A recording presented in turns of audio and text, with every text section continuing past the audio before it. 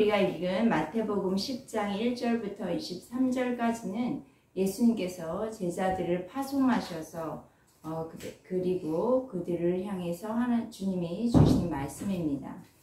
제자들은 이제 이렇게 예수님을 따르면서 예수님의 사역을 함께 보고 배웠습니다. 12명의 제자들은 스스로의 능력으로, 스스로의 실력으로 사역을 하는 것이 아니었습니다. 예수님께서 그들을 택하셨으니 사역할 수 있는 능력을 이미 제자들에게 주셨기에 이제 파송하는 것입니다. 10장 1절입니다. 읽겠습니다. 시작. 제가 읽을까요? 10장 1절. 더러운 귀신을 쫓아내며 모든 병과 모든 약한 것을 고치는 권능 주시니라. 우리는 사역을 하려면 난 좀 아직 부족해서 갖추어지지 않아서요. 좀 더 많은 것을 배운 다음에 그렇게 주님과 함께 사역을 하고 싶어요 라고 말할 수 있겠죠. 그런 사람들이 많이 있습니다. 그러나 주님이 부르신 이유는요, 이미 사역할 수 있는 그런 능력을 주셨기에 이제 주님과 함께 나아가서 사역을 할 때 그 주신 능력이 활성화되어지는 것입니다. 예수님은 아직 지금 성령을 받지 않은 제자들이었지만 가서 사역을 하도록 하셨습니다.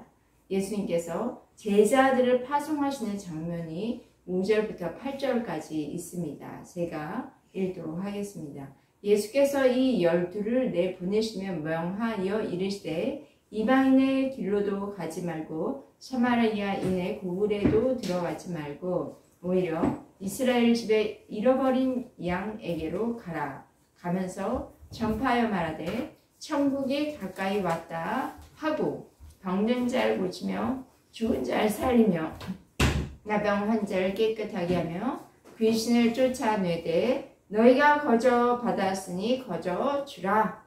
예수님께서 제자들을 보내시면서 제자들이 해야 할 핵심적인 사역은 하나님의 나라를 전하고 하나님의 능력을 세상에 나타내는 것입니다. 하나님의 나라는 말에 있지 않고 능력에 있습니다. 치유의 복음, 또 더러운 귀신을 쫓아내는 복음, 죽은 자가 살아나는 그런 복음의 능력이 오늘날에도 지금 우리들에게 일어나고 있음을 감사합니다. 우리 예봉교회를 통해서 하나님 나라의 복음의 능력이 나타나며 전도하게 될 것을 주 예수의 이름으로 선포합니다. 아멘. 예수님께서 제자들을 파송하시면서 너희가 가서 사역을 할 때에 이제 핍박을 받기도 할 것이고 어려움을 당하기도 될 것이다 말씀하셨습니다. 지금 예수님이 옆에 계시기 때문에 모든 것을 현재는 예수님이 감당하십니다. 그러므로 제자들은 큰 걱정이 없는 상황이었어요.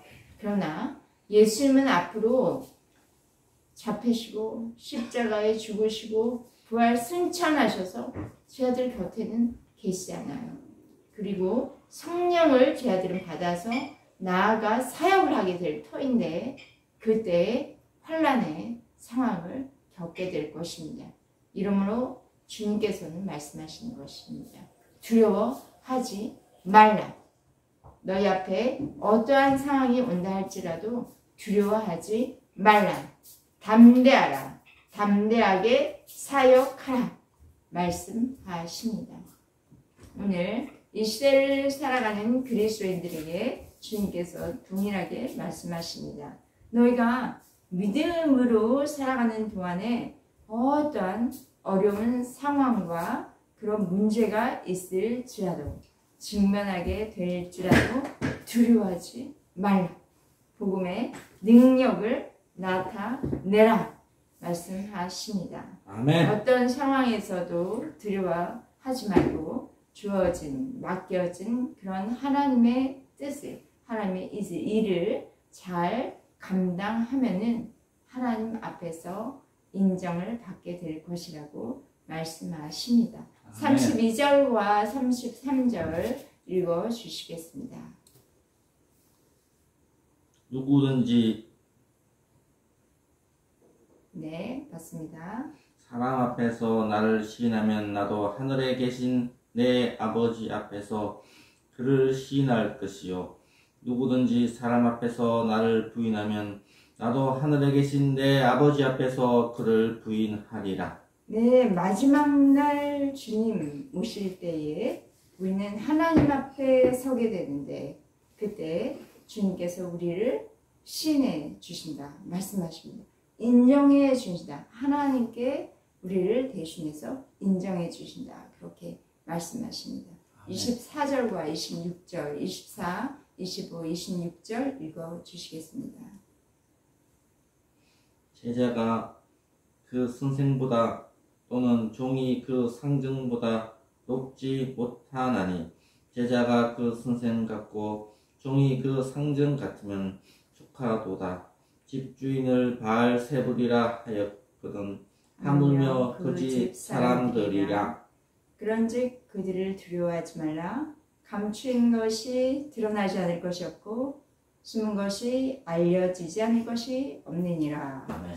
예수님은 공생의 사역을 할 때 사람들이 예수님에 대해서 무엇이라고 말했냐면요, 바알세불 들었다 그런 말을 했어요. 그 말의 뜻은요, 예수님의 뭔가 지금 뭐 기적이 일어나는 것 같고 표적을 보여주는 것 같은데 그 능력은 사단에게서 나온 거야 라고 이야기를 사람들이 했습니다. 이 말의 뜻은요, 우리가 방금 읽은 24절, 25절, 26절의 말은 그러니 제자가 선생보다 또 종이 상전보다 높지 못하니 제자가 선생 같고 종이 상전 같다라는 것은 선생이나 상전이 핍박을 받으니 바알세불이라 그렇게 비난을 받으니 그 제자나 종도 핍박을 받고 비난을 받는 것은 당연하지 않겠느냐? 이런 말씀입니다. 이처럼 나의 제자인 너희들도 그렇게 될 것이다 라는 그런 뜻이 있습니다. 얼마나 이 말 들을 때 제자들의 마음은 심쿵 그리고 아리송송하게 들렸을 것 같습니다. 주님은 나를 향해서도 그렇게 했던 사람들이 너희에게 더 심하게 할 수도 있다. 그러나 너희는 너희들을 핍박하는 그들을 두려워하지 말라 말씀하십니다. 그러면서 하신 말씀이 감추인 것이 드러나지 않을 것이 없고 숨은 것이 알려지지 않을 것이 없다라고 말씀하십니다. 이 말은 지금 진리가 감추어져 있는 것 같고 숨어 있는 것 같아. 그 핍박을 받을 때에 진리는 감추어져 있고 숨어 있는 것 같지만 또 세상을 지배하는 악한 권세들, 세력들, 사탄들, 악의 영들이 의해서 다 진리가 가리워져 있는 것 같습니다. 그래서 세상이 악한 권세를 힘입고 성도들 또 진리를 선포하는 그들에 대해서 핍박을 하는 것입니다. 그러나 주님의 때가 되면 하나님이 정하신 그 때가 되면 빛이 임하면서 모든 것이 다 드러나게 됩니다. 무엇이 선인지 무엇이 악인지 드러나게 되고요. 그 빛으로 인해서 어둠에 감추어져 있던 모든 것들 하나님이 준비하신 모든 것들이 만천하에 드러나게 되는 것입니다. 우리는 지금 현재라도 예수 때문에 핍박을 받거나 어려운 상황에 직면한 사람들이 있을 것입니다. 그러나 주님의 때가 되면 모든 것이 다 드러나게 될 것입니다.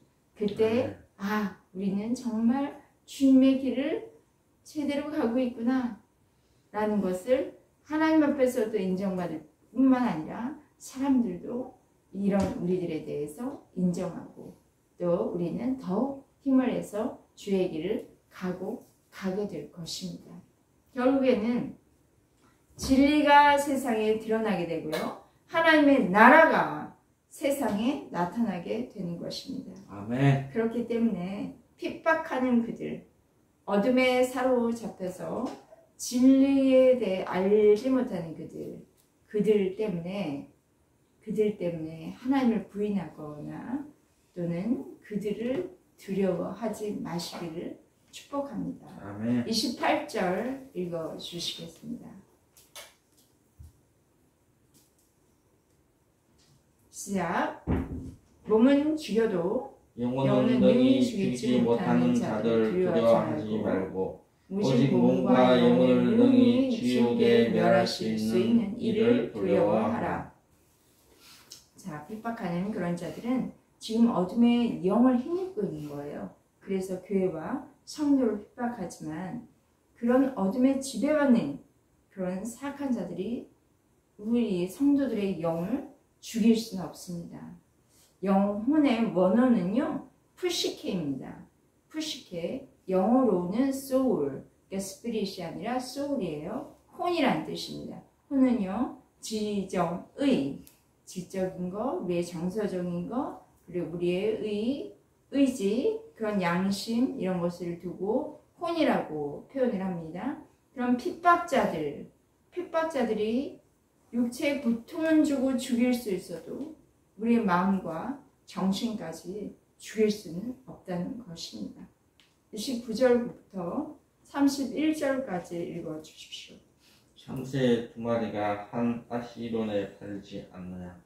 그러나 너희 아버지께서 허락하지 아니하시면 그 하나도 땅에 떨어지지 아니하리라. 너희에게는 머리털까지 다 세신 바 되었나.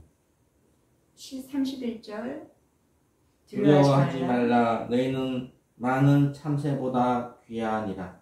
네, 또 두려워하지 말라. 그렇게 강조하십니다. 아사리온이란 로마의 화폐 단위로 노동자 하루 품삯에 해당하는 한 데나리온이 있는데 한 데나리온의 16분의 1의 가치가 바로 한 아시리온입니다. 굉장히 적은 가치를 가지고 있는 거예요. 이렇게 적은 가치를 가지고 있는 그런 참새라 할지라도 그냥 하나님께서 막대하지 아니하시고 하나님의 섭리 안에서 그들이 하나님이 허락하지 않으면 그들은 땅에 떨어지지 아니할 정도로 그렇게 하나님이 주관하신다고 하나님의 섭리 안에 보호하신다는 뜻입니다. 그런데 하물며 하나님의 형상으로 지음받은 너희들을 다 하나님이 머리털 하나라도 다 세심받을 정도로 모든 것에 하나하나 관심을 가지고 계신다는 것입니다. 하나님께서 참새의 이 살고 죽는 것까지 관심 가지시고 관여하시는 것처럼 하나님은 우리를 얼마나 사랑하시는지 우리의 머리털까지 다 세십니다. 뭐 머리털만 세시겠어요?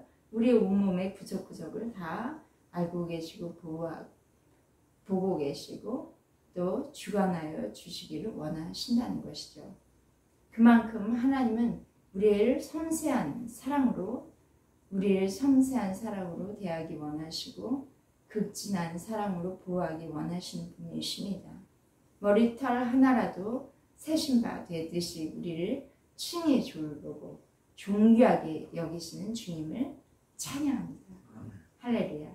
그 사랑을 힘입는 저와 여러분은 이제 어떤 문제가 생겨도 두려워하지 않게 되었음을 선포합니다. 자, 우리 내게 합당하지 않는 일을 하지 말라. 주님은 그런 말씀을 이어서 하시는데요. 첫째, 아버지나 어머니를 나보다 더 사랑하지 말라. 이런 말씀을 하세요. 37절 한번 읽어볼까요? 시작. 아버지나 어머니를 나보다 더 사랑하는 자는 내게 합당하지 아니하고 아들이나 딸을 나보다 더 사랑하는 자도 내게 합당하지 아니하며. 여기 어머니 되시는 분, 아버지 되시는 분 또는 아들이나 딸 되신 분들 좀 이런 말 들으면 섭섭하죠. 네, 이 구절은요. 부모님이나 자녀들을 사랑하지 말라 그런 말은 아니에요. 부모님을 성경에도 부모님을 사랑하고 공경하라 는 말씀이 있습니다. 그런데 자녀를 사랑하고 양육하는 것, 이건 성경적인 하나님이 두신 뜻이 우리를 향한 의무예요. 그러나 왜 이런 37절 말씀을 하셨냐면 하나님은 무엇보다 최고 가장 사랑의 대상이 되기를 원하셨기 때문이에요. 부모를 사랑하고 자녀를 사랑하는데 나보다 하나님보다 더 사랑하지는 말라는 거예요. 하나님은 하나님 사랑, 이웃 사랑 그렇게 말씀하시지 않았습니까? 부모와 자녀 그렇게 혈육을 사랑하라고 말씀하셨어요. 근데 우리가 잘 신앙생활 하다 보면 하나님과 나와의 사랑의 관계가 잘 맺혀져 있을 때, 그럴 때 혈육과의 관계가 잘 맺혀지는 것, 그 사랑의 끈, 하나님이 우리에게 부어주시는 하나님의 사랑이 우리 가운데 흘러서 그 사랑으로 혈연의 관계가 묶여질 때가 정말 존귀한, 또 서로 존중하는 그런 사랑이 잘 맺어지는 것을 우리는 경험할 수 있습니다. 왜냐하면 이웃과 혈육을 사랑하는데도 그 사랑의 액기스는 하나님으로부터 흘러나오기 때문에 그것이 하나님 사랑이 가장 최우선적인, 하나님을 사랑하는 것이 가장 합당한 것입니다. 그런데 혈육의 사랑으로만 사랑하다 보면 인간에게는 참 한계가 많이 있어요. 그래서 애증의 관계로 그렇게 묶여지는 경험을 하기도 하죠. 자, 가장 합당하다라고 표현을 하시는데, 이것은 우리가 먼저 하나님과의 사랑함으로 하나님을 사랑을 받아서 다른 사람, 부모와 자녀를 그리스도의 사랑으로 사랑하는 것입니다. 우리 여기 계신 예쁜교회 성도 모든 분들이 하나님을 가장 먼저 사랑함으로 그 사랑으로 혈육과의 관계를 맺으시기를 축복합니다. 아멘. 38절 읽어주시오. 또 자기 십자가를 지고 나를 따르지 아니하는 자도 내게 합당하지 아니하니라. 네, 내게 합당하지 아니한 자. 두 번째는 자기 십자가를 지고 나를 따르지 않는 자다. 그렇게 말씀하십니다. 이 말씀을 하실 때는 예수님께서 이제 십자가를 지시기 전이었죠. 당시 제자들은 십자가라는 단어의 그 의미를 좀 이해하고 있었어요. 그 십자가라는 것은요, 로마의 사형의 도구였거든요. 로마 사람들에게. 로마의 통치에 반대하는 그 유대 반란군들이 대량으로 십자가에 못 박혀서 사형당한 사건이 이전에 여러 번 있었습니다. 십자가는 끔찍한 일이었던 거예요. 특히 갈릴리 중심으로 한 유다의 반란으로 인해서 수많은 사람들이 십자가의 그 형틀에 이슬로 다 사라져 버린 적이 있었습니다. 당시 십자가란 그렇게 불명예스럽고 아주 끔찍히 치욕스러운 죽음을 말하는 것이었습니다. 그리스도를 따르는 제자들은 이러한 시련도 감내해야 했던 것이죠.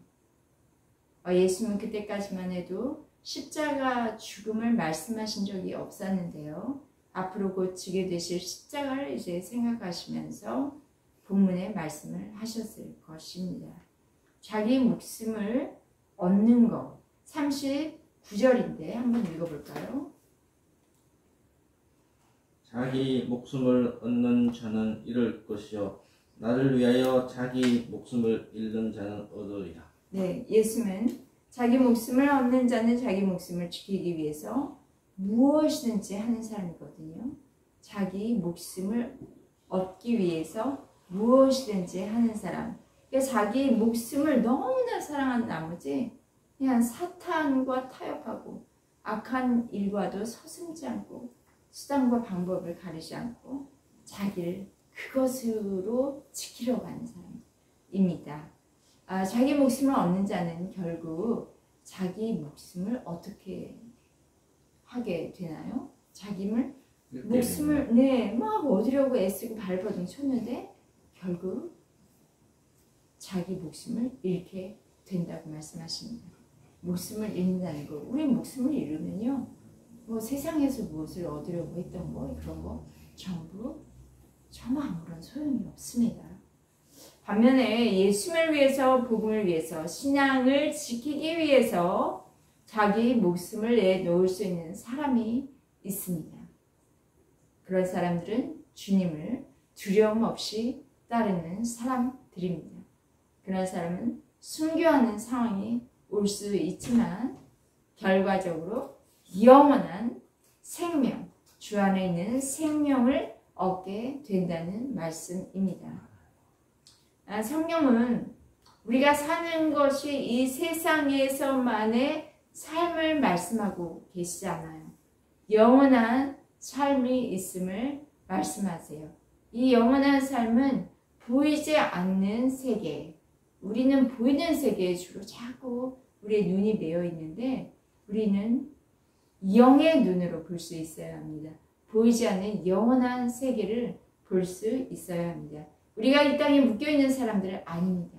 하늘에 속한, 우리 주님을 만난 사람들은, 주님으로 인해 거듭난 사람들은, 하늘로부터 태어난 사람들은 하늘에 속한 사람들이에요. 그래서 하나님 나라, 하늘나라의 영원한 생명의 길로 지금도 걸어가고 있는 사람들입니다. 그 영원한 생명을 지금 우리가 누리고 있어요. 하나님의 나라를 위해서 자신을 내려놓는 사람들이라는 것이죠. 복음과 하나님을 위해서 자신을 버릴 수 있는 사람은요, 하나님과 함께 하나님의 통치의 그 권세를 이 땅에서 우리 사용하면서 모든 것을 앞으로도 영원히 하나님에게 속한 모든 권세와 능력과 지혜와 그 권위와 능력을 받아서 누리게 될 것입니다. 아멘. 40절 읽어주십시오. 너희를 영접하는 자는 나를 영접하는 것이요 나를 영접하는 자를 나를 보내신 이를 영접하는 것이니라. 네, 가서 두려워 말라. 복음을 전하며 킹덤의 능력을 행하며 주께 합당한 삶을 사는 그런 사람들에게 하나님께서는 상을 주신다 말씀하십니다. 복음 전하는 사람들은 영접하는 것, 예수님을 그 집에 영접하는 것이고 하나님을 영접하는 것입니다. 우리가 전도할 때요, 우리의 말 듣고 마음을 여는 사람들이 있어요. 그런 전도받는 사람은 하나님께서 그와 그 집에, 그들의 가정에 함께 하시고 그 집의 주인이 되어 주신다는 약속의 말씀이에요. 주님의 은혜와 축복을 받은 자들이죠. 41절 말씀 읽어주십시오. 시작. 선지자의 이름으로 선지자를 영접하는 자는 선지자의 상을 받을 것이요 의인의 이름으로 의인을 영접하는 자는 의인의 상을 받을 것이요. 네, 이 말씀이 무슨 뜻일까? 현대어 성경으로 볼 때 이 구절을 좀 더 이해할 수 있는데요. 현대어 성경으로 제가 읽겠습니다. 만일 너희가 예언자를 하나님의 사람이라 하여 환영을 한다면 너희는 예언자가 받는 것과 같은 상을 받을 것이다. 또 만일 너희가 선하고 믿음이 깊은 사람을 믿음의 사람이다 라고 하여 환영을 한다면 너희는 그들이 받는 상과 같은 상을 받을 것이다 라는 뜻이에요. 그러니까 예를 들면 믿음의 형태와 다른 사람, 믿음의 형태가 좀 나와 다른 식으로 예배하고 또 다른 식으로 어떤 그 삶을 사는 사람들이 있습니다. 예언자, 또 믿음의 사람, 그런 예언자나 믿음의 사람을 내가 믿음의 사람이구나, 동일하게 예언자구나, 그렇게 영접을 받아들인다면 그 사람이 받는, 하나님으로부터 받는 그 동일한 상을 나도 받게 된다는 것이에요. 우리는 보통 이러기도 해요. 내가 지금 걸어가는 이 신앙이 최고다. 이것이 정말 괜찮은. 그리고 좀 저 사람은 나랑 너무 다른데? 그러면서 나는 옳고 저 사람은 그르다라는 생각을 은연중에 할 수 있습니다. 그러나 믿음은 여러 가지 형태로 나타납니다. 그런 믿음을 저 사람도 주의 길을 가는 사람이구나. 또 주님 앞에 살려고 정말 주님을 바라보며 그렇게 달려가는 사람이구나를 인정하고 존중하면서 우리 함께 더불어 예수 그리스도의 지체로 그렇게 살아갈 수 있어야 한다는 것이죠. 우리가 믿는 그 믿음의 형태에 대해서 서로 다름을 인정하도록 합시다. 어떤 사람은 장로교회에 다니기도 하고요. 어떤 사람은 감리교회에 다니기도 하고요.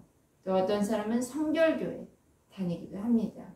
우리처럼 오순절 교회에서 신앙생활하는 사람들이 있어요. 오순절 교회의 특징은 방언이 아주 뜨겁게 하는 그런 특징이 있는데 장로교회 같은 경우는 아주 조용하죠. 그런 것과 또 신앙은 색깔이 조금씩 다를 수도 있습니다. 그런데 그것은 어떻고 저것은 어떠니 판단하고 내가 옳니 네가 그러니 그런 것을 따지는 것이 아니라 우리 모두 색깔이 다르구나.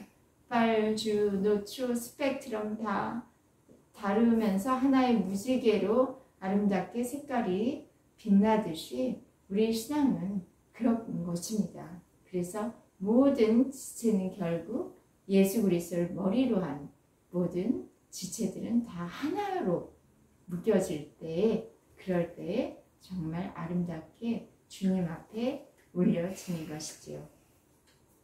교단마다 또 신학적인 그런 차이가 있지만 궁극적으로는 예수님이 머리가 되시고 주님을 따르는 길입니다. 아멘. 조금 다르더라도 서로 존중하며 인정하며 믿음의 사람들로 환영한다면 그들 모두들이 누리는 그것을 나도 누리며 같은 은혜와 복을 누리게 되는 것입니다. 42절 말씀 읽어주시겠습니다. 또 누구든지 제자의 이름으로 이 작은 자 하나에게 냉수 한 것이라도 주는 자는 내가 진실로 너희에게 이르노니 그 사람이 결단코 상을 잃지 아니하리라 하시니라. 네. 이것도 선대어 성경으로 읽어보면 이렇습니다. 또 아무리 보잘것없는 사람이라고 할지라도 그가 내 제자라고 하여서 냉수 한 그릇이라도 대접하는 사람은 반드시 상을 받을 것이다. 그렇게 번역되어 있습니다. 복음 전하는 사람을 볼 때 복음 전하는 사람도 내 기준에 맞는 사람이 있고요. 또 내 기준에 맞지 않아 보이는 사람들이 있는데 그들도 복음을 전하는 거예요. 저 사람들은 뭐 저러냐 할 수 있거든요. 그런데 주님은 그렇게 하는 주님의 제자라는 것을 우리도 인정하고 냉수 한 그릇이라도 수고하십니다. 정말 주께 헌신하고 계시네요. 그렇게 냉수 한 그릇이라도 대접하는 사람에게는 주님이 반드시 상을 주시나 상을 잃지 않을 것이라 그렇게 말씀하십니다. 이렇게 10장은 제자들을 파송하시면서 하신 말씀입니다. 제자들, 주의 복음을 전하는 사람들은 보잘것없는 사람이라도 주의 제자이기 때문에 하나님께서 인정하는 사람입니다. 그런 사람들을 주의 이름으로 영접하고 대접합시다. 꼭 뭐 상을 받기 위해서라기보다 그런 사람들을 보면 정말 우리는 한마음과 같은 뜻으로 묶여지게 되어 있습니다. 우리 주변에 있는 작은 사람을 주의 이름으로 영접하고 작은 것 하나라도 대접하는 그렇게 실천하는 그런 우리들이 되기를 주의 이름으로 축복합니다. 아멘. 자, 오늘 주님 우리에게 두려워하지 말라 말씀하십니다. 우리가 믿는 성도로서 주님을 위해서 살고 주의 나라와 뜻을 구하며 그것을 가장 먼저 주를 사랑함으로 가장 먼저 최고의 사랑을 주님께 올려드릴 때에 어떤 상황이 온다 할지라도 우리는 두려워하지 않을 수가 있습니다. 왜요? 주님께서는 사망 권세를 이기시고 부활 승천하셔서 지금도 하나님 보좌 우편에 앉아 계시는 분이시기 때문에 우리도 주님을 따르며 주의 성도로 살고자 주의 나라와 주의 뜻을 구하며 그 뜻대로 살고자 하는 자에게는 주와 함께 하나 되어서 십자가를 통과하지만 뿐만 아니라 부활, 사망 권세를 이기신 주님과 함께 부활하고요. 또 하늘의 승천해서 하나님 보호자 우편에 앉아서 우리도 통치하고 선포하는 자, 하늘의 모든 것을 누리는 자로 살아가게 되기 때문에 우리는 두려워하지 않습니다. 놀라운 하나님의 기적과 표적을 보면서 우리도 함께 주와 영원한 생명을 누리며 살아가는 자가 되었음을 예수의 이름으로 선포하며 기도합니다. 아멘. 축복합니다. 아멘. 네, 할렐루야. 기도하시겠습니다.